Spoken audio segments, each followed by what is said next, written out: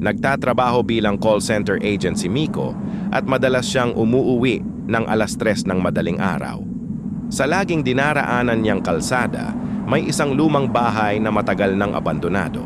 Maraming beses na siyang nakarinig ng usap-usapan tungkol dito na may nagpapakitang bata sa bintana sa tuwing dumaraan ang mga tao. Hindi siya naniniwala sa mga ganitong kwento, pero isang gabi, habang naglalakad pa uwi, napansin niyang bukas ang ilaw sa ikalawang palapag ng bahay. Doon, sa lumang bintana, may nakadungaw na bata. Maputla ito, may malalalim na mata at nakasuot ng maruming puting damit. Napahinto si Miko.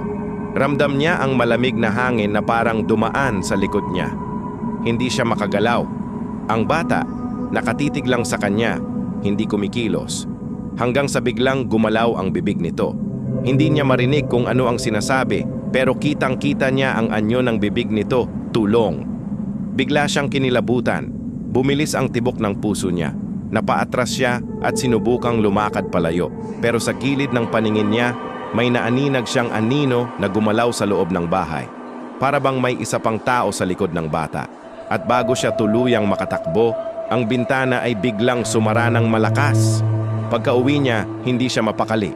Kinaumagahan, nagtanong siya sa isang matandang tindera malapit sa bahay. Kung ikaw yung batang nakita sa bintana, sino ang humila sa'yo papasok? Natahimik ang matanda sa kabumulong. Dati, may batang nakulong diyan. Umiiyak siya, humihingi ng tulong, pero walang dumating. Natagpuan na lang siyang patay at hindi siya nag-iisa sa loob. Mula noon, hindi na dumaan si Miko sa kalsadang iyon.